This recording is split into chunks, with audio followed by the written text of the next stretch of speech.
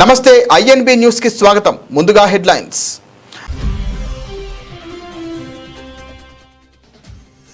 White house లో Zelensky Europe నేతలతో America అధ్యక్షుడి కీలక భేటీ. ఉక్రెయిన్ కు భద్రతా హామీలు ఇచ్చేందుకు పుతిన్ ఒప్పుకున్నారని ట్రంప్ వెల్లడి.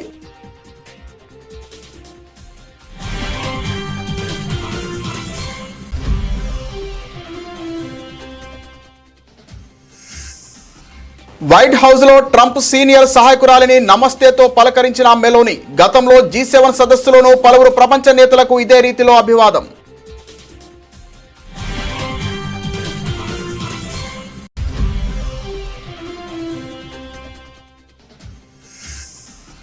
ఇండియా కూటమి అధికారంలోకి వస్తే CECపై చర్యలు. బీహార్లోని గయాలో కీలక వ్యాఖ్యలు చేసిన రాహుల్ గాంధీ.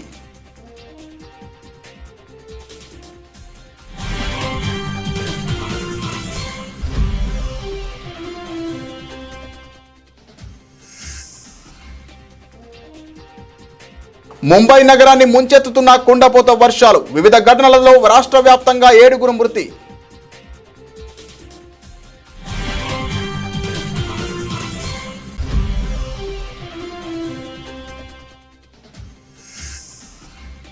రష్యా అధ్యక్షుడు పుతిన్ కు అలస్కాలో అట్టహాసంగా స్వాగతం. యుద్ధ విమానాల విన్యాసాలు, రెడ్ కార్పెట్ పరిచిన ట్రంప్ సర్కారు.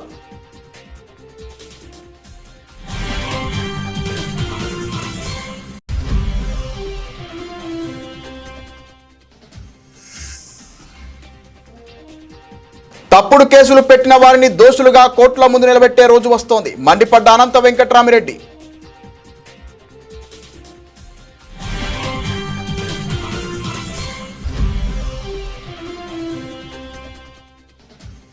కూకట్పల్లిలో హత్యకు గురైన చిన్నారి కుటుంబాన్ని పరామర్శించిన బీఆర్ఎస్ ఎమ్మెల్యే మాధవరం కృష్ణారావు. ఈ 20 నెలల కాంగ్రెస్ పాలనలో క్రైమ్ రేట్ ఎలా ఉందో పోలీసులు నిర్ధారించాలని ఆరోపణ.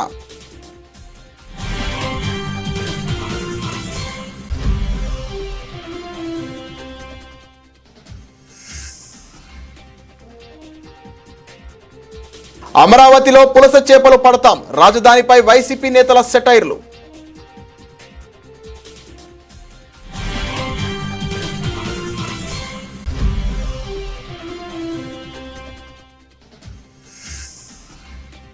ఎంతో భవిష్యత్తు ఉన్న యువకుల మృతి చాలా బాధాకరం. హబ్సిగూడ, ఓల్డ్ రామంతాపూర్లలో మృతుల కుటుంబాలను పరామర్శించిన ఎమ్మెల్యేలు.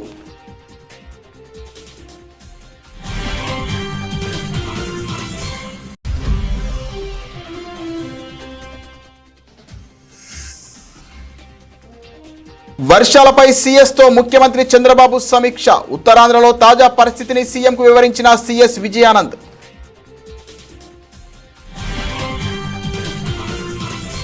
ఉక్రెయిన్ యుద్ధాన్ని ముగించే దిశగా కీలక పరిణామం చోటు చేసుకుంది. శాంతి ఒప్పందంలో భాగంగా ఉక్రెయిన్ కు భద్రతా హామీలు కల్పించేందుకు రష్యా అధ్యక్షుడు వ్లాదిమిర్ పుతిన్ అంగీకరించారని అమెరికా అధ్యక్షుడు డొనాల్డ్ ట్రంప్ వెల్లడించారు. సోమవారం వైట్ హౌస్ లో ఉక్రెయిన్ అధ్యక్షుడు జెలెన్స్కీ, పలు యూరోపియన్ దేశాల అధినేతలతో జరిగిన ఉన్నత స్థాయి సమావేశం అనంతరం ట్రంప్ ఈ కీలక ప్రకటన చేశారు. ఇది శాంతి చర్చల్లో చాలా ముఖ్యమైన ముందడుగు అని ఆయన అభివర్ణించారు. ఈ భద్రతా హామీల విషయంలో యూరప్ దేశాలు కీలక పాత్ర పోషిస్తాయని, అత్యధిక బాధ్యతను అవే తీసుకుంటాయని ట్రంప్ స్పష్టం చేశారు. మేము వారికి సహాయం చేస్తాం, భద్రత విషయంలో ఎలాంటి లోటు లేకుండా చూస్తామని ఆయన తెలిపారు. ఈ సమావేశంలో కుదిరిన ఒప్పందం భవిష్యత్తులో ఉక్రెయిన్ పై ఎలాంటి దాడులు జరగకుండా నిరోధిస్తుందన్న ఆశాభావాన్ని ఆయన వ్యక్తం చేశారు. శాంతి ఒప్పందంలో భాగంగా ప్రస్తుత సరిహద్దు రేఖను పరిగణలోకి తీసుకొని భూభాగాల మార్పిడిపై కూడా చర్చించనున్నట్లు ట్రంప్ సూచనప్రాయంగా తెలిపారు. ట్రంప్తో చర్చలు చాలా బాగా జరిగాయని ఉక్రెయిన్ అధ్యక్షుడు జెలెన్స్కీ ఆశాభావం వ్యక్తం చేశారు. తమ దేశానికి బలమైన సైన్యం, ఆయుధాలు, శిక్షణ వంటి సమగ్రమైన భద్రత అవసరమని, దీనికి అమెరికా వంటి పెద్ద దేశాల మద్దతు ఎంతో కీలకమని ఆయన అన్నారు. ఈ సమావేశాల తర్వాత తాను పుతిన్ కు ఫోన్ చేస్తానని, అవసరమైతే పుతిన్, జెలెన్స్కీలతో కలిసి త్రైపాక్షిక సమావేశానికి తాను సిద్ధంగా ఉన్నానని ట్రంప్ ప్రకటించారు. గత ఫిబ్రవరిలో జరిగిన సమావేశంతో పోలిస్తే ఈసారి వైట్ హౌస్ లో వాతావరణం చాలా స్నేహపూర్వకంగా కనిపించింది. గత భేటీలో మిలిటరీ దుస్తుల్లో వచ్చిన జెలెన్స్కీ ఈసారి సూట్లో రావడం అందరి దృష్టిని ఆకర్షించింది. ఆయన వేషధారణపై ట్రంప్ కూడా సరదాగా వ్యాఖ్యానించారు. ఈ సమావేశంలో NATO secretary general Mark Rutte, European Commission అధ్యక్షురాలు Ursula von der Leyen, Britain ప్రధాని Keir Starmer, France, Germany, Italy, Finland దేశాల ప్రతినిధులు పాల్గొన్నారు. బ్రిటన్ ప్రధాని Keir Starmer, France, Germany, Italy, Finland దేశాధినేతలు పాల్గొన్నారు. ఇటలీ ప్రధాని జార్జియా మెలోని తన ప్రత్యేక దౌత్య శైలిని మరోసారి ప్రదర్శించారు. ప్రపంచ రాజకీయాలకు కేంద్రమైన వైట్ హౌస్లో అమెరికా అధ్యక్షుడు డొనాల్డ్ ట్రంప్ సీనియర్ సహాయకురాలికి భారతీయ సంప్రదాయంలో 2 చేతులు జోడించి నమస్తే అంటూ అభివాదం చేశారు. సాధారణంగా కరచాలనాలు, లాంఛనప్రాయ పరికలింపులు ఉండే అత్యున్నత స్థాయి సమావేశంలో ఆమె చేసిన ఈ పని అందరి దృష్టిని ఆకర్షించింది. ఉక్రెయిన్కు దీర్ఘకాలిక భద్రత కల్పించే అంశంపై సోమవారం వైట్ హౌస్లో కీలక సమావేశం జరిగింది. ఈ చర్చల్లో పాల్గొనేందుకు వచ్చిన మెలోని ఈ విధంగా పలకరించి ప్రత్యేకంగా నిలిచారు. మెలోని ఇలా నమస్కారం పెట్టడం ఇదే మొదటిసారి కాదు. గతేడాది జూన్లో ఇటలీలో జరిగిన G7 సదస్సులో భారత ప్రధాని నరేంద్ర మోదీ, బ్రిటన్ ప్రధాని రిషి సునాక్, యూరోపియన్ కమిషన్ అధ్యక్షురాలు ఉర్సులా వాన్ డెర్ లేయన్ వంటి పలువురు ప్రపంచ నేతలకు ఆమె ఇదే రీతిలో నమస్కరించి వార్తల్లో నిలిచారు. రష్యాతో ప్రత్యక్ష యుద్ధానికి దారి తీయకుండా ఉక్రెయిన్కు పటిష్టమైన భద్రతా హామీలు ఎలా ఇవ్వాలన్న దానిపై ఈ సమావేశంలో ప్రధానంగా చర్చించారు. ఈ భేటీలో ఉక్రెయిన్ అధ్యక్షుడు వొలోదిమిర్ జెలెన్స్కీ, ట్రంప్, పలువురు యూరోపియన్ దేశాల నేతలు పాల్గొన్నారు. ఈ సందర్భంగా మెలోని ఒక కీలక ప్రతిపాదనను ముందుకు తెచ్చారు. ఉక్రెయిన్ను అధికారికంగా నాటో కూటమిలో చేర్చుకోకుండానే నాటోలోని ఆర్టికల్ 5 తరహాలో సామూహిక రక్షణ కల్పించాలని ఆమె సూచించారు. ఈ ప్రతిపాదనపై మెలోని మాట్లాడుతూ, పశ్చిమ దేశాల ఐక్యతే శాంతిని నెలకొల్పడానికి మన దగ్గర ఉన్న అత్యంత శక్తివంతమైన ఆయుధం. ఉక్రెయిన్కు నాటో ఆర్టికల్ 5 స్ఫూర్తితో రక్షణ హామీలు ఇవ్వాలన్న మా ప్రతిపాదనకు మిత్ర దేశాల నుంచి మద్దతు లభిస్తోంది. ప్రస్తుతం జరుగుతున్న దౌత్యపరమైన చర్చల్లో ఇది కూడా ఒక భాగంగా మారిందని ఆమె వివరించారు. ఈ వ్యూహం ద్వారా ఉక్రెయిన్ భవిష్యత్తుకు భరోసా ఇస్తూనే రష్యా ఆందోళనలను కూడా పరిగణలోకి తీసుకున్నట్లు అవుతోందని మెలోని అభిప్రాయపడ్డారు.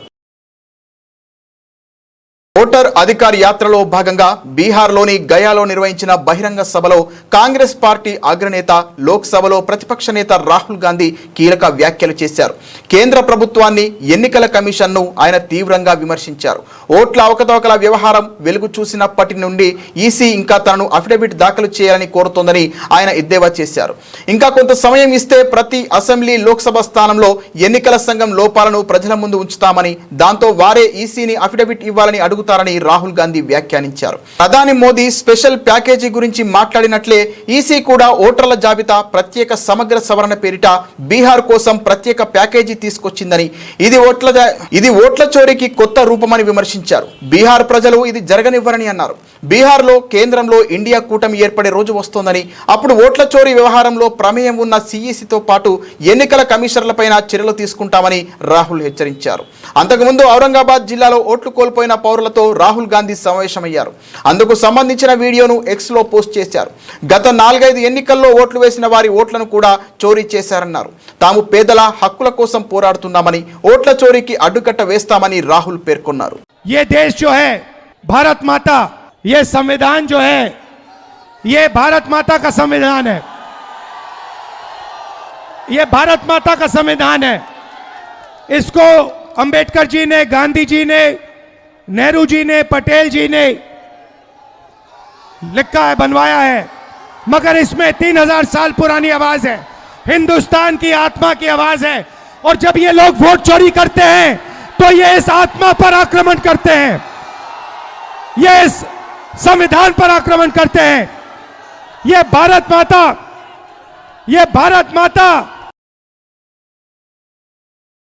దేశ ఆర్థిక రాజధాని ముంబై నగరాన్ని భారీ వర్షాలు అతలాకుతలం చేస్తున్నాయి. గత 3 రోజులుగా ఎడతెరిపి లేకుండా కురుస్తున్న కుండపోత వాన్లతో మహానగరం స్తంభించిపోయింది. అనేక ప్రాంతాలు నీట మునిగి జనజీవనం అస్తవ్యస్తంగా మారింది.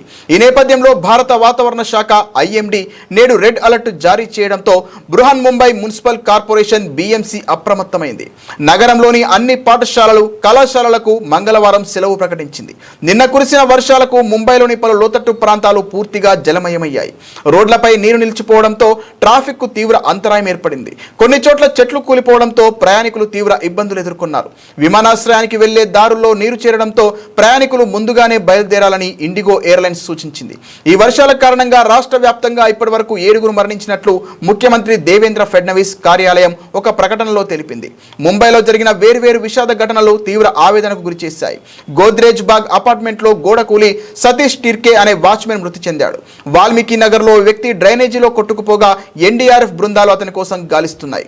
మరో దారుణ ఘటనలో పాఠశాల నుంచి కుమారుడిని తీసుకువస్తున్న యూలోజియస్ సెల్వరాజ్ అనే మహిళ, ఆమె 7 ఏళ్ల కుమారుడు ఆంటోనీ బెస్ట్ బస్సు ఢీకొని ప్రాణాలు కోల్పోయారు.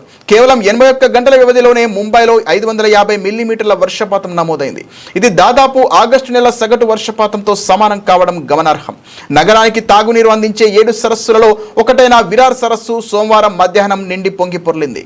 రత్నగిరి, రాయ్గఢ్, హింగోలి జిల్లాల్లోనూ భారీ వర్షాలు కురుస్తున్నాయని అధికారులు అప్రమత్తంగా ఉండాలని సీఎం ఫడ్నవీస్ ఆదేశించారు. महाराष्ट्र के करीब पिछले 2 दिनों में बहुत बड़े पैमाने पर बारिश हुई है. कई जिलों में रेड अलर्ट और ऑरेंज अलर्ट है और अगले 3 दिन भी अगर हम देखिए 21 तारीख तक विशेष रूप से महाराष्ट्र के आधे जिलों में कई रेड अलर्ट है, कई ऑरेंज अलर्ट है और इसके चलते बड़े पैमाने पर हम लोगों ने जो एहतियात बरतनी है उसके बारे में अभी चर्चा की है. हमारे जो कंट्रोल रूम है उस कंट्रोल रूम से सारे जिलों में जो हमारी यंत्रणा है उस यंत्रणा को अलर्ट दिया गया है.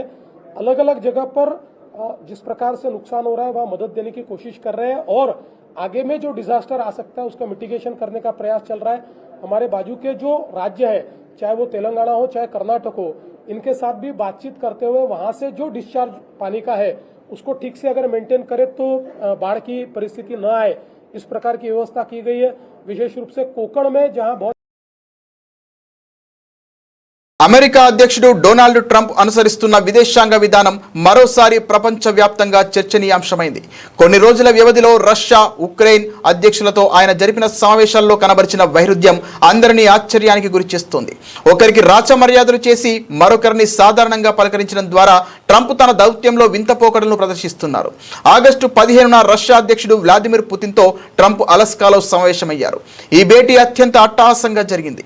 అమెరికాకు చెందిన B-2 స్టెల్త్ బాంబర్లు, F-22 రాఫ్టర్ యుద్ధ విమానాలు ఆకాశంలో గర్జిస్తుండగా పుతిన్ కు స్వాగతం పలికారు. ఇరువురు నేతలు రెడ్ కార్పెట్ పై నడుస్తూ కరచాలనం చేసుకుని కెమెరాలకు ఫోజులిచ్చారు. దాదాపు 6 ఏళ్ల తర్వాత తొలిసారిగా భేటీ అయిన వీరిద్దరూ ఒకే కారులో ప్రయాణించడం విశేషం. కొన్ని రోజుల క్రితం వరకు పుతిన్ ను పిచ్చివాడు అని విమర్శించిన ట్రంప్ ఒక్కసారిగా ఆయనకు ఇంతటి గౌరవం ఇవ్వడం గమనార్హం. పుతిన్ తో భేటీ తర్వాత వాషింగ్టన్ లో ఉక్రెయిన్ అధ్యక్షుడు వొలోదిమిర్ జెలెన్స్కీతో ట్రంప్ సమావేశమయ్యారు. అయితే ఈ భేటీ అత్యంత నిరాడంబరంగా ఎలాంటి ఆర్భాటం లేకుండా ముగిసింది. జెలెన్స్కీ కోసం రెడ్ కార్పెట్ కానీ సైనిక వందనం కానీ ఏర్పాటు చేయలేదు. గతంలో టీ-షర్ట్ తో సమావేశానికి వచ్చారని విమర్శలు రావడంతో ఈసారి ట్రంప్ సూచన మేరకు జెలెన్స్కీ ఫార్మల్ సూట్ లో హాజరయ్యారు. ఈ సందర్భంగా ట్రంప్ జెలెన్స్కీ దుస్తులను మెచ్చుకున్నారు. ఇరుపక్షాలు యుద్ధాన్ని ముగించాలని కోరుకుంటున్నాయి, కానీ ఇది అంత సులభం కాదని వ్యాఖ్యానించారు. ట్రంప్ తీరు చూస్తుంటే ఆయన ప్రపంచంలో ఉన్న అన్ని యుద్ధాలను తానే ఆపినట్లుగా ఘనత దక్కించుకోవాలని ప్రయత్నిస్తున్నట్లు విశ్లేషకులు భావిస్తున్నారు. 6 నెలల్లో 6 యుద్ధాలను ఆపానని ఇప్పటికే పలుమార్లు ప్రకటించుకున్న ఆయన రష్యా, ఉక్రెయిన్ యుద్ధాన్ని కూడా తన ఖాతాలో వేసుకొని నోబెల్ శాంతి బహుమతి పొందాలని ఆశిస్తున్నట్టు తెలుస్తోంది. తన సోషల్ మీడియా ప్లాట్ఫామ్ ట్రూత్ సోషల్లో కాల్పుల విరమణ గురించి ప్రకటించిన ప్రతిసారి క్షేత్రస్థాయిలో దాడులు పెరగడం పరిపాటిగా మారింది. ట్రంప్ అధ్యక్షుడిగా బాధ్యతలు చేపట్టి 8 నెలలు గడిచిన ఇరు దేశాల మధ్య దాడులు, ప్రతిదాడులు కొనసాగుతూనే ఉన్నాయి. ట్రంప్ దౌత్యం కేవలం ఆర్భాటాలకే పరిమితమైంది తప్ప వాస్తవ శాంతి స్థాపనకు దోహదపడడం లేదని అంతర్జాతీయ నిపుణులు అభిప్రాయపడుతున్నారు. అరెస్టులు, తప్పుడు కేసులతో జగన్మోహన్ రెడ్డిని మానసికంగా వేధించవచ్చని, పార్టీని బలహీనపరచవచ్చని కూటమి ప్రభుత్వం భావిస్తోంది. మా నాయకులను నియోజకవర్గాల్లోకి రానియకుండా అడ్డుకుంటున్నారు. కోర్టులు చెప్పినా కూడా తాడిపత్రికి పెద్దిరెడ్డిని రానియకుండా చేయడం చూస్తే ఈ ప్రభుత్వం ఎంత దారుణంగా వ్యవహరిస్తోందో తెలుస్తోంది. తప్పుడు కేసులు పెట్టిన వారిని దోషులుగా కోర్టుల ముందు, ప్రజల ముందు నిలబెట్టే రోజు వస్తోందని అనంతపురం జిల్లా వైఎస్ఆర్సీపీ అధ్యక్షులు అనంత వెంకట్రామిరెడ్డి అన్నారు. ఈరోజు ఈ రాష్ట్రంలో ఒక విచిత్రమైన పరిస్థితులు కూడా నెలకొన్నాయి. కేవలం రాజకీయ కక్ష సాధింపులే చేసే విధంగా కూడా ఈరోజు ప్రభుత్వం అనేది, కూటమి ప్రభుత్వం కూడా ముందుకు పోతా ఉంది. మరీ ముఖ్యంగా ఈ లిక్కర్ స్కామ్ అనేది చంద్రబాబు నాయుడు గారు అల్లిన కట్టుకథ.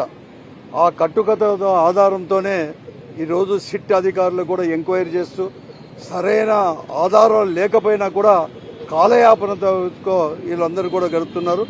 మరీ ముఖ్యంగా జగన్మోహన్ రెడ్డి గారికి ఎవరైతే సన్నిహితంగా ఉంటారో వారిని మాత్రం జైలు పాలు చేస్తే వైఎస్ఆర్ కాంగ్రెస్ పార్టీని మానసికంగా కూడా, అంటే కార్యకర్తలను కానీ నాయకులను కానీ మానసికంగా అధైర్యపరచవచ్చని, లేకపోతే జగన్మోహన్ రెడ్డి గారిని మానసికంగా వేధించవచ్చని చెప్పేసి, ఈ పార్టీని బలహీనపరచవచ్చని చెప్పేసి భావించే ఈ అరెస్టులు, ఈ తప్పుడు కేసులు ఇవన్నీ కూడా పెడతా ఉన్నారు. కొంతమంది జైలు పాలు చేస్తున్నారు. నియోజకవర్గాల్లో కూడా కొంతమంది స్ట్రాంగ్ నాయకులను అందరినీ కూడా ఏదో రకంగా తప్పుడు కేసులు పెట్టి నియోజకవర్గాల్లోకి వారి సొంత ఊర్లోకి కూడా పోనీకోకుండా కూడా చేసే పరిస్థితి కూడా ఈరోజు కూడా ఉంది. ఈరోజు కోర్టు అనేది కూడా చాలా స్పష్టంగా కూడా అన్ని ఫెసిలిటీస్ కూడా పార్లమెంటు సభ్యులకు వారికి ఇవ్వమంటే ఫెసిలిటీస్ మాత్రం ఇచ్చినామని చెప్పి కోర్టుకు తప్పుడు చెప్తున్నారు.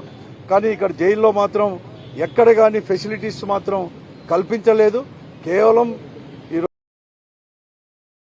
కూకట్పల్లిలో హత్యకు గురైన చిన్నారి కుటుంబాన్ని బీఆర్ఎస్ ఎమ్మెల్యే మాధవరం కృష్ణారావు పరామర్శించారు. హైదరాబాద్ నగరంలో శాంతి భద్రతలు కరువయ్యాయి. నగరం నడిబొడ్డున హత్యలు జరుగుతుంటే పోలీసులు ఏం చేస్తున్నారు? మియాపూర్లో పట్టపగలు దొంగతనాలు జరుగుతున్నాయి. కేపీహెచ్బీలో కత్తులు పట్టుకొని ఇళ్లలోకి వెళ్లి దాడులు చేస్తున్నారు. డ్రగ్స్ గంజాయి మత్తులో తూగుతున్న యువకులపై పోలీసులు కఠిన చర్యలు తీసుకొని భయం పెట్టాలి. గత 10 సంవత్సరాలలో క్రైమ్ రేట్ ఏ విధంగా ఉందో, ఈ 20 నెలల కాంగ్రెస్ పాలనలో క్రైమ్ రేట్ ఎలా ఉందో పోలీసులు నిర్ధారించాలని కూకట్పల్లి ఎమ్మెల్యే మాధవరం కృష్ణారావు ఆరోపించారు. అమ్మాయిని సుమారుగా 4వ ఫ్లోర్లో ఉన్నటువంటి పెంట్ హౌస్ లో వెళ్ళి ఆ అమ్మాయిని ఘోరాది ఘోరంగా చంపడం అనేది నిజంగా బాధాకరం. ఎందుకంటే తల్లిని కూడా చూస్తూ ఉన్నాం, తల్లి ఆవేదన చూస్తూ ఉన్నాం. నేను గవర్నమెంట్ కూడా అప్పీల్ చేస్తూ ఉన్నాను. ఇదే కాదు, పట్టపగలు మియాపూర్లో పట్టపగలు దొంగతనం జరగడం ఈ మధ్యలోనే. నిన్నాక మొన్న హౌసింగ్ బోర్డులో తల్వార్లు పట్టుకొని కత్తులు పట్టుకొని ఇంటి మీద దాడి చేస్తే కూడా పట్టించుకునే పాపాన లేదు.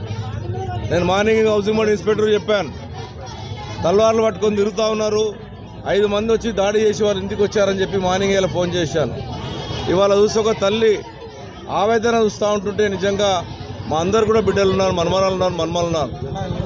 ఎవరు వాళ్ళకు శత్రుత్వం లేదన్నప్పుడు కూడా అంతా ఘోరాది ఘోరంగా చంపడం అనేది, అది కూడా 4 మంది మెట్లెక్కి ఆడపిల్లలను చంపడం అనేది దురదృష్టకర విషయం, బాధాకర విషయం. పోలీస్ అధికారులు దీని మీద సీరియస్ తీసుకోవాలి. ఇప్పటికే హైదరాబాద్ నగరంలో వైసీపీ మాజీ ఎమ్మెల్యే కేతిరెడ్డి వెంకట్రామిరెడ్డి రాజధాని అమరావతిపై సంచలన వ్యాఖ్యలు చేశారు. ఏపీలో భారీ వర్షాల కారణంగా పలు పట్టణాలు జలమయమైన సంగతి తెలిసిందే. రాజధాని అమరావతిలో సైతం పలు ప్రాంతాలు జల దిగ్బంధంలో ఉన్నాయి. ఈ నేపథ్యంలో అమరావతిపై వైసీపీ మాజీ ఎమ్మెల్యేలు కేతిరెడ్డి వెంకట్రామిరెడ్డి, అనంత వెంకట్రామిరెడ్డి సెటైర్లు వేశారు. రాబోయే 2-3 ఏళ్లలో అమరావతిలో పులస చేపలు పడతాయని, వాటిని పట్టి అందరికీ పంచిపెడతానని కేతిరెడ్డి ఎద్దేవా చేశారు. రాజమండ్రి సెంట్రల్ జైల్లో ఉన్న వైసీపీ ఎంపీ మిథున్ రెడ్డితో నిన్న కేతిరెడ్డి, అనంత వెంకట్రామిరెడ్డి ములాఖతులో కలిశారు. అనంతరం మీడియాతో మాట్లాడుతూ మీరు అమరావతిపై విమర్శలు గుప్పించారు. గోదావరి పొంగినట్లు ఇప్పుడు అమరావతిలో వరద పొంగుతోందని కేతిరెడ్డి సెటైర్ వేశారు. ఇదే సందర్భంగా అనంత వెంకట్రామిరెడ్డి మాట్లాడుతూ తాము దమ్మున్న వాళ్ళమని, తమ పార్టీ కూడా దమ్మున్న పార్టీ అని పేర్కొన్నారు. రాష్ట్రంలో అన్ని ఎన్నికలు ఒకేసారి నిర్వహించినా ఎదుర్కొని గెలవడానికి సిద్ధంగా ఉన్నామని ఆయన ధీమా వ్యక్తం చేశారు. నీటి ముప్పు ఉన్న అమరావతిలో రాజధాని నిర్మిస్తున్నారంటూ కూటమి ప్రభుత్వంపై విమర్శలు గుప్పించారు. మీ గోదావరి నది ఏ విధంగా ఉందో అది పొంగి పొర్లుతోంది అక్కడ అమరావతిలో. మీకు మాత్రమే సొంతమవుతుంది అనుకున్న పులస రేపొద్దున ఖచ్చితంగా 2-3 సంవత్సరాల్లో మీరు అమరావతిలో చూడబోతున్నారు. అప్ స్ట్రీమ్కి ఇవ్వబోతున్నాయి. అదే పులసల్లో మీకు అమరావతి దాంట్లో మీకు పట్టించి మీ అందరికి ఇవ్వబోతున్నాం. జెండా ఎగరేసిన వాళ్ళే దేశభక్తులని ఇప్పుడు ఆ విధంగా ఉన్నారు. ఇప్పుడు ఈ కూటమి దానిలో ఏ విధంగా ఉందంటే, కూటమికి జై జై అంటే దేశభక్తులు, కూటమిని గన ప్రశ్నిస్తే దేశద్రోహుల్లాగా నిలబడుతున్నారు.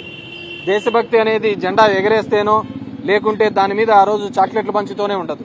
ఈ దేశం యొక్క సమగ్రతకు ఇక్కడున్న దానిలో ఐక్యంగా పోరాడినప్పుడే ఉంటుంది. ఈరోజు దేశభక్తి ప్రజాస్వామ్యం గురించి మాట్లాడుతున్న వీళ్ళు కోర్టు ఆర్డర్ని ఎందుకు ఇంప్లిమెంట్ చేయడం లేదు హబ్సిగూడ, ఓల్డ్ రామంతాపూర్లలో మృతుల కుటుంబాలను ఎమ్మెల్యేలు పరామర్శించారు. ఎంతో భవిష్యత్తు ఉన్న యువకుల మృతి చాలా బాధాకరం. అధికారులకు ఎన్నిసార్లు ఫిర్యాదు చేసినా పట్టించుకోలేదు. ప్రమాదం జరిగిన తర్వాత ఆగమేఘాల మీద విద్యుత్ తీగలను మార్చిన అధికారులు 5 లక్షల ఆర్థిక సహాయం ప్రకటించి చేతులు దులుపుకోవాలని చూస్తున్న ప్రభుత్వం. ఒక్కో కుటుంబానికి ₹1 కోటి ఆర్థిక సహాయం, ప్రభుత్వ ఉద్యోగం కల్పించాలని ఎమ్మెల్యేలు డిమాండ్ చేశారు. ఏ ప్రికాషన్స్ తీసుకోవాలనో, ఏ జాగ్రత్తలు తీసుకోవాలనో ఎక్కడ కూడా తీసుకున్న దాఖలాలు లేవు. టీవీలో మాత్రం, పేపర్లో మాత్రం చాలా అలర్ట్ గా ఉన్నామని చెప్పి ఒక ప్రకటనలు చేస్తుంది. రాత్రి జరిగిన సంఘటనకు మీ ప్రభుత్వం బాధ్యత కదా? ప్రభుత్వ బాధ్యతనే కదా. ఇప్పుడు జనమంతా పాపం యంగ్ పిల్లలు చనిపోయిందని చెప్పి ఈ బస్తీల రామంతాపూర్ ప్రాంతంలో ఉన్నటువంటి బస్తీ వాస్తవులు కానివ్వండి, అదే విధంగా యాదవ సంఘాలు కానివ్వండి, మిగిలిన సంఘాలు కానివ్వండి, రోడ్ల మీదకి వస్తే డెడ్ బాడీలను ఆపుతున్నారు. డెడ్ బాడీలను కూడా ఆపేటువంటి అధికారం మీకు ఎవరు ఇచ్చింది? కాబట్టి మీరు ఈ డెడ్ బాడీలు శ్మశాన వాటిక చేరాలంటే ప్రభుత్వం వెంటనే మీ ముఖ్యమంత్రులు మీ మంత్రులు వచ్చి వాళ్ళతో మాట్లాడిన తర్వాతనే మిగిలిన కార్యక్రమాలు చేయాలని చెప్పి నేను ఈ సందర్భంగా తెలియజేస్తా ఉన్నాను. మేము కూడా ప్రభుత్వాలను నడిపించినాం, కానీ చాలా కేర్ఫుల్. రాష్ట్రంలో పలు ప్రాంతాల్లో కుండపోతగా కురుస్తున్న వర్షాలపై ముఖ్యమంత్రి చంద్రబాబు నాయుడు ప్రభుత్వ ప్రధాన కార్యదర్శి కె విజయానంద్తో సోమవారం సచివాలయంలో సమీక్షించారు. అల్పపీడనం వాయుగుండంగా మారుతోందన్న వాతావరణ శాఖ హెచ్చరికల నేపథ్యంలో అన్ని జిల్లాల కలెక్టర్లను అప్రమత్తం చేయాలని సీఎస్ కు సూచించారు. ముఖ్యంగా ఉత్తరాంధ్రలో పలుచోట్ల నదులు వాగులు ఉప్పొంగి ప్రవహించడం, కొండ ప్రాంతాలు కోతలకు గురి కావడంతో అధికారులు ముందస్తు జాగ్రత్త చర్యలు తీసుకోవాలని ఆదేశించారు. ఎక్కడా ఎలాంటి అవాంఛనీయ సంఘటనలు తలెత్తకుండా చర్యలు చేపట్టాలని స్పష్టం చేశారు. భారీ వర్షాలు కొనసాగితే విద్యా సంస్థలకు సెలవులు ఇవ్వాలని సూచించారు. ప్రజలకు సమాచారం అందించేలా అన్ని జిల్లా కేంద్రాల్లో కంట్రోల్ రూమ్లు ఏర్పాటు చేయాలని, అన్ని విభాగాలు సమన్వయంతో పనిచేసేలా కలెక్టర్లు చొరవ తీసుకోవాలని సీఎం అన్నారు. ముందస్తు సన్నద్ధతతో అప్రమత్తతతో ప్రాణ ఆస్తి నష్టం లేకుండా చూడాలని సీఎం చంద్రబాబు ఆదేశించారు. ప్రతిష్టాత్మక మిస్ యూనివర్స్ ఇండియా 2025 కిరీటం రాజస్థాన్కు చెందిన మనికా విశ్వకర్మను వరించింది. సోమవారం రాత్రి జైపూర్లో అట్టహాసంగా జరిగిన ఫైనల్స్లో ఆమె విజేతగా నిలిచారు. గత ఏడాది విజేత రియా సింగా మనికకు కిరీటాన్ని అలంకరించారు. ఈ విజయంతో మనికా ఈ ఏడాది నవంబర్లో థాయిలాండ్లో జరగనున్న 74వ మిస్ యూనివర్స్ పోటీల్లో భారతదేశానికి ప్రాతినిధ్యం వహించనున్నారు. ఇదే పోటీలో ఉత్తరప్రదేశ్కు చెందిన తాన్యా శర్మ ఫస్ట్ రన్నర్ గా, హర్యానాకు చెందిన మెహక్ దింగ్రా సెకండ్ రన్నర్ గా, అమిషి కౌశిక్ థర్డ్ రన్నర్ గా నిలిచారు. రాజస్థాన్లోని శ్రీ గంగానగర్ కు చెందిన మనికా ప్రస్తుతం ఢిల్లీలో నివసిస్తున్నారు. పొలిటికల్ సైన్స్, ఎకనామిక్స్ లో చివరి సంవత్సరం చదువుతున్న ఆమె చిన్న వయసులోనే బహుముఖ ప్రజ్ఞాశాలిగా గుర్తింపు పొందారు. ఆమె శాస్త్రీయ నృత్యంలో శిక్షణ పొందారు. పెయింటింగ్ లోనూ అద్భుతమైన నైపుణ్యం ఉంది. విదేశాంగ మంత్రిత్వ శాఖ ఆధ్వర్యంలో జరిగిన బిమ్స్టెక్ సెవోకాన్ కార్యక్రమంలో భారతదేశానికి ప్రాతినిధ్యం వహించారు. Lalit Kala Akademi, JJ school of arts నుంచి కూడా గౌరవాలు అందుకున్నారు. కేవలం కళలు చదువుకే పరిమితం కాకుండా సామాజిక అంశాలపై కూడా మనికా ప్రత్యేక దృష్టి సారించారు. న్యూరో డైవర్జెన్స్ పై ప్రజల్లో అవగాహన కల్పించేందుకు న్యూరోనోవా అనే సంస్థను ఆమె స్థాపించారు. ADHD వంటి సమస్యలను లోపాలుగా కాకుండా ప్రత్యేకమైన మేధోశక్తులుగా చూడాలని ఆమె తన ప్లాట్ఫామ్ ద్వారా ప్రచారం చేస్తున్నారు. విజయం అనంతరం మనికా మాట్లాడుతూ, నా ప్రస్థానం నా సొంత ఊరు గంగానగర్ నుంచి మొదలైంది. ఢిల్లీ వచ్చి ఈ పోటీల కోసం సిద్ధమయ్యాను. మనలో ఆత్మవిశ్వాసం, ధైర్యం పెంచుకోవాలి. నా ఈ ప్రయాణంలో ప్రతి ఒక్కరి పాత్ర ఉంది. నాకు సాయం చేసి నన్ను ఈ స్థాయికి తీసుకొచ్చిన ప్రతి ఒక్కరికి ధన్యవాదాలు. పోటీలు కేవలం ఒక రంగం కాదు, అవి వ్యక్తిత్వాన్ని నిర్మించే ఒక ప్రపంచమని ఆమె తన ఆనందాన్ని పంచుకున్నారు. గత వారం భారీ నష్టాలను చవిచూసిన దేశీయ సూచీలు ఈ వారాన్ని భారీ లాభాలతో ప్రారంభించాయి. జీఎస్టీలో సంస్కరణలు, ఉక్రెయిన్ రష్యా యుద్ధం ముగింపు విషయంలో గుడ్ న్యూస్ వచ్చే అవకాశం ఉందన్న వార్తలు వస్తుండటంతో మదుపర్లు కొనుగోళ్లకు మొగ్గు చూపారు. అంతర్జాతీయంగా సానుకూలాంశాలు కూడా కలిసి రావడంతో సెన్సెక్స్, నిఫ్టీ లాభాలతో రోజును ముగించాయి. 700 పాయింట్ల లాభంతో మొదలైన సెన్సెక్స్ రోజంతా లాభాల్లోనే కదలాడింది. ఒక దశలో 1200 పాయింట్లకు పైగా లాభపడి 81,765 వద్ద ఇంట్రాడే గరిష్టానికి చేరుకుంది. చివరకు సెన్సెక్స్ 676 పాయింట్ల లాభంతో 81,273 వద్ద రోజును ముగించింది. మరోవైపు నిఫ్టీ కూడా సెన్సెక్స్ బాటలోనే కదలాడింది. చివరకు 245 పాయింట్ల లాభంతో 24,876 వద్ద స్థిరపడింది. సెన్సెక్స్ లో Maruti Suzuki, Ashok Leyland, PG Electroplast, Amber Enterprises, Blue Star షేర్లు లాభాలను ఆర్జించాయి. Glenmark, Suzlon Energy, Kalyan Jewellers, BEL, Torrent Power షేర్లు నష్టాల బాటలో నడిచాయి. నిఫ్టీ మిడ్ క్యాప్ ఇండెక్స్ 608 పాయింట్లు లాభపడింది. బ్యాంక్ నిఫ్టీ 393 పాయింట్లు ఆర్జించింది. డాలర్తో పోల్చుకుంటే రూపాయి మారకం విలువ 87.35గా ఉంది. ఒకప్పుడు భారత క్రికెట్ జట్టుకు నెక్స్ట్ గ్రేట్ ఫినిషర్ అంటూ ప్రశంసలు అందుకున్న యువ సంచలనం రింకు సింగ్ కెరియర్ ఇప్పుడు ప్రమాదంలో పడింది.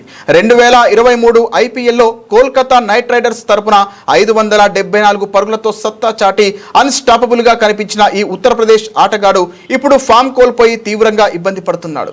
ఆకాశమంత ఎత్తుకు ఎదుగుతాడనుకున్న రింకు అనూహ్యంగా కిందకు పడిపోవడంతో రాబోయే ఆసియా కప్ కు అతని ఎంపికపై నీలినీడలు కమ్ముకున్నాయి. రింకు సింగ్ అంతర్జాతీయ T20 కెరీర్ ను 2 భాగాలుగా చూడవచ్చు. గత ఏడాది బంగ్లాదేశ్ సిరీస్ వరకు అతడు ఆడిన 19 ఇన్నింగ్స్లలో 59.87 సగటు, 175.45 స్ట్రైక్ రేట్తో 479 పరుగులు చేశాడు. ఇందులో 3 అర్ధశతకాలు కూడా ఉన్నాయి. అయితే ఆ తర్వాత అతడి ప్రదర్శన గ్రాఫ్ ఒక్కసారిగా పడిపోయింది. దక్షిణాఫ్రికా, ఇంగ్లాండ్తో జరిగిన గత 2 సిరీస్లలో కలిపి 7 మ్యాచ్లు ఆడిన రింకు కేవలం 13.40 సగటుతో 67 పరుగులు మాత్రమే చేయగలిగాడు. అతడి స్ట్రైక్ రేట్ కూడా 101.51కి పడిపోవడం ఆందోళన కలిగించే విషయం. అంతర్జాతీయ క్రికెట్లోనే కాకుండా ఐపీఎల్లోనూ రింకు మెరుపులు మాయమయ్యాయి. 2023లో అద్భుతంగా రాణించిన రింకు సింగ్ 2024 సీజన్లో 18.66 సగటుతో 168 పరుగులు, 2025 సీజన్లో 29.42 సగటుతో 206 పరుగులు మాత్రమే చేసి నిరాశపరిచాడు. గత 28 ఐపీఎల్ మ్యాచ్లలో రింకు ఒక్క అర్ధశతకం కూడా చేయలేకపోవడం అతని ఫామ్ కు అద్దం పడుతోంది. విశ్లేషకుల అభిప్రాయం ప్రకారం ఐపీఎల్లో అతడి బ్యాటింగ్ స్థానం తరచూ మారడమే ఈ వైఫల్యాలకు ప్రధాన కారణంగా కనిపిస్తోంది. చాలా మ్యాచ్లలో అతడిని 6, 7 లేదా 8వ స్థానంలో బ్యాటింగ్ కు పంపడంతో క్రీజులో కుదురుకునేందుకు తగిన సమయం దొరకలేదు. 2025 ఐపీఎల్లో అతడు 20 బంతులకు పైగా ఆడిన ఒక మ్యాచ్లో 144 స్ట్రైక్ రేట్తో 36 పరుగులు చేశాడు. కానీ ఆ తర్వాత మళ్ళీ అతన్ని కింది వరుసలో పంపడంతో ఆత్మవిశ్వాసం దెబ్బతీసింది.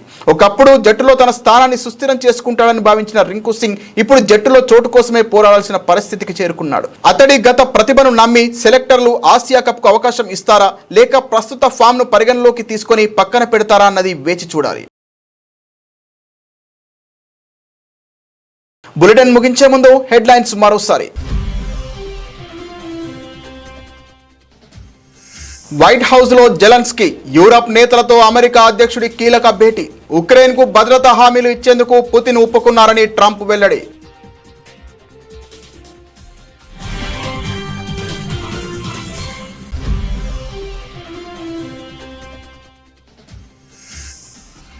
వైట్ హౌస్ లో ట్రంప్ సీనియర్ సహాయకురాలిని నమస్తేతో పలకరించిన మెలోనీ. గతంలో G7 సదస్సులోనూ పలువురు ప్రపంచ నేతలకు ఇదే రీతిలో అభివాదం.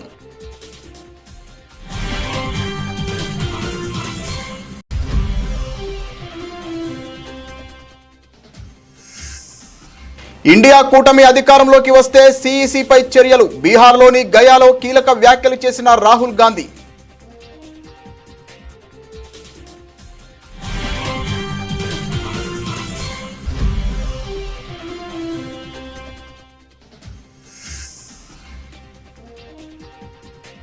ముంబై నగరాన్ని ముంచెత్తుతున్న కుండపోత వర్షాలు. వివిధ ఘటనలలో రాష్ట్ర వ్యాప్తంగా 7 మృతి.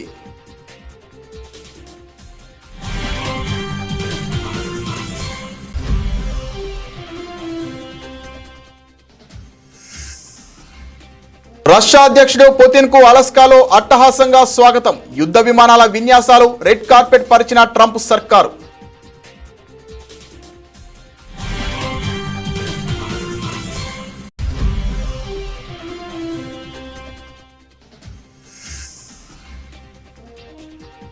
తప్పుడు కేసులు పెట్టిన వారిని దోషులుగా కోర్టుల ముందు నిలబెట్టే రోజు వస్తోంది. మండిపడ్డ అనంత వెంకట్రామిరెడ్డి.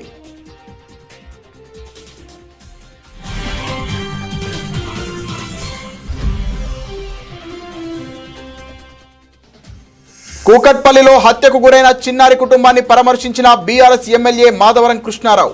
ఈ 20 నెలల కాంగ్రెస్ పాలనలో క్రైమ్ రేట్ ఎలా ఉందో పోలీసులు నిర్ధారించారని ఆరోపణ.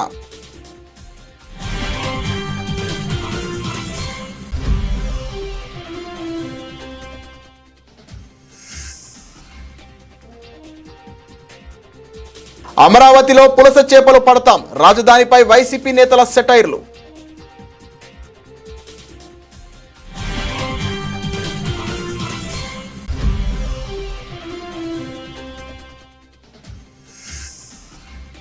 ఎంతో భవిష్యత్తు ఉన్న యువకుల మృతి చాలా బాధాకరం. హబ్సిగూడ, ఓల్డ్ రామంతాపూర్లలో మృతుల కుటుంబాలను పరామర్శించిన ఎమ్మెల్యేలు.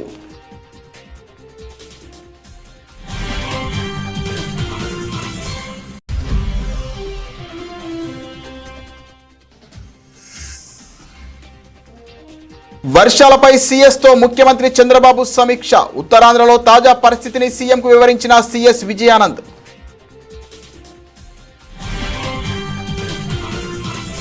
ఇది ఇవాల్టి బులెటిన్. మరిన్ని వార్తల సమాహారంతో మళ్ళీ కలుద్దాం. నమస్తే.